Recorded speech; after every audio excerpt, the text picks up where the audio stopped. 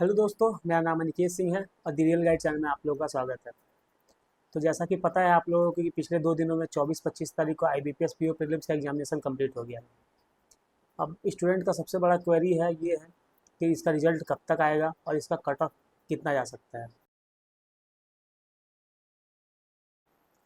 तो cut off prediction से पहले हम लोग को सबसे पहले कुछ फैक्टर्स पे बात करनी चाहिए जिन पे कट ऑफ डिपेंड करता है। तो सबसे पहले हम लोग बात करेंगे एग्ज़ाम लेवल का। अगर हम लोग एग्ज़ाम लेवल की बात करें तो एग्ज़ाम का जो लेवल था इस बार वो बिल्कुल भी ईजी नहीं था। अगर हम लोग पिछले साल के कंपेरिजन करें इस साल, तो इस बार सबसे पहले तो आप लोग को पता है कि मार्किंग स्कीम जो है वो चेंज हो चुका है। रीजनिंग के जो 35 क्वेश्चन थे वो 40 मार्क्स के हो गए हैं और क्वांट के जो 35 क्वेश्चन थे वो 30 मार्क्स के हो गए हैं। तो कुछ लोगों का कहना था कि कट ऑफ बढ़ सकता है, लेकिन ऐसा है नहीं। एग्ज़ाम का अगर हम लोग लेवल का बात करें, अगर पिछले साल के अगर कम हम लोग देखें अटेम्प्ट का अगर रीजनिंग में, तो लोगों का एवरेज अटेम्प्ट जो था वो 20-22-25 के आसपास रहता ही था। ठीक है, इस बार भी लोगों का एवरेज अटेम्प्ट जो है वो 20-22 के आसपास रहा है। ठीक है, मतलब पिछले बार से 2-4 क्वेश्चन कम ही रहे हैं। ठीक है, इसमें 35 की जगह 40 मार्क्स है तो थोड़ा मार्क्स बढ़ेगा। ठीक है, लेकिन अगर मोर और लेस अगर हम लोग कंपेयर करें तो रीजनिंग का जो लेवल था वो कहीं ना कहीं पिछले बार के आसपास ही था।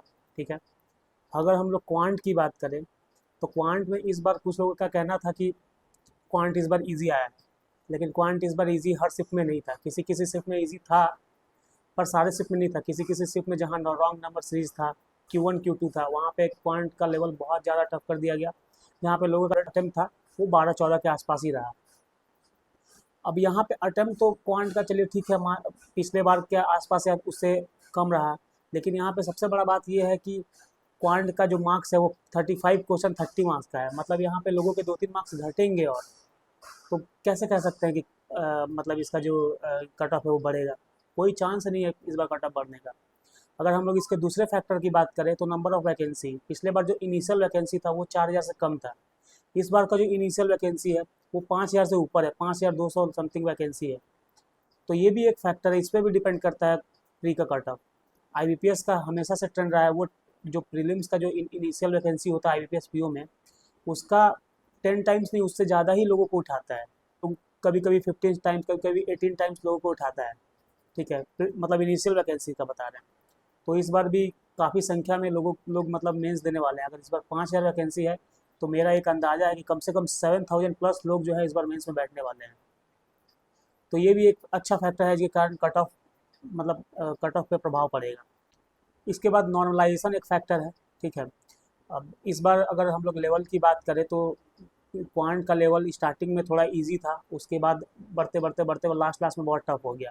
रीजनिंग का लेवल स्टार्टिंग में थोड़ा इजी था और वो बढ़ते बढ़ते बढ़ते बढ़ते थोड़ा लास्ट लास्ट में मतलब इजी हो गया। और अगर हम लोग इंग्लिश की बात करें तो इंग्लिश का जो लेवल था वो अप एंड डाउन बहुत ज़्यादा डिफरेंस नहीं रहा है। ठीक है, ऐसे भी इंग्लिश में लोगों का एक्यूरेसी रहता नहीं है। तो नॉर्मलाइजेशन फैक्टर यहाँ पे तो काम तो करेगा। ठीक है, तो हमारा जो कट ऑफ होगा वो नॉर्मलाइजेशन पे भी डिपेंड करेगा। तो हमारा जो फाइनल कट ऑफ जो आएगा वो नॉर्मलाइजेशन के बाद ही आएगा। ठीक है, तो अगर हम लोग कट ऑफ की बात करें तो मेरा जो एक अंदाज़ा है, मैंने काफ़ी फैक्टर्स और चीज़ों को एनालाइज़ किया, उससे मेरा एक अंदाज़ा है कि इस बार का जो कट ऑफ है वो पिछले बार के कट ऑफ के आसपास या उससे हो सकता कम भी जाए। तो मेरा एक अंदाज़ा है कि इस बार का जो कट ऑफ है ना वो 47 से लेके 50 के आसपास रह सकता है। एक आध नंबर ऊपर नीचे हो सकता है, लेकिन 47 से 50 के बीच में ही कट ऑफ रहेगा। उससे ज़्यादा 50 से ऊपर जाने का बहुत कम चांस है। हाँ, अगर ईजी शिफ्ट को अगर रेफरेंस मार के अगर वो लोग कट ऑफ निकालते हैं तो जिनका टफ शिफ्ट था उनके मार्क्स बढ़ेंगे। तो भी कट ऑफ मैं बता रहा हूँ कि 52 प्लस तो किसी हाल में नहीं जाने वाला है।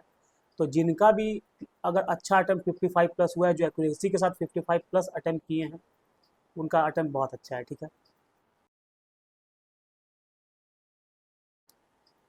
अगर हम लोग बात करें कि IBPS PO मेंस के लिए किन्हें जाना चाहिए। ठीक है, तो हम लोग अभी देखें हमारा जो एवरेज अटेम्प्ट रहा है प्रीलिम्स एग्जामिनेशन में वो 55 से लेके 65 के बीच में एवरेज अटेम्प्ट रहा है। कुछ लोगों का 65 के ऊपर भी गया है, 70 प्लस, लेकिन वो कम कैंडिडेट है।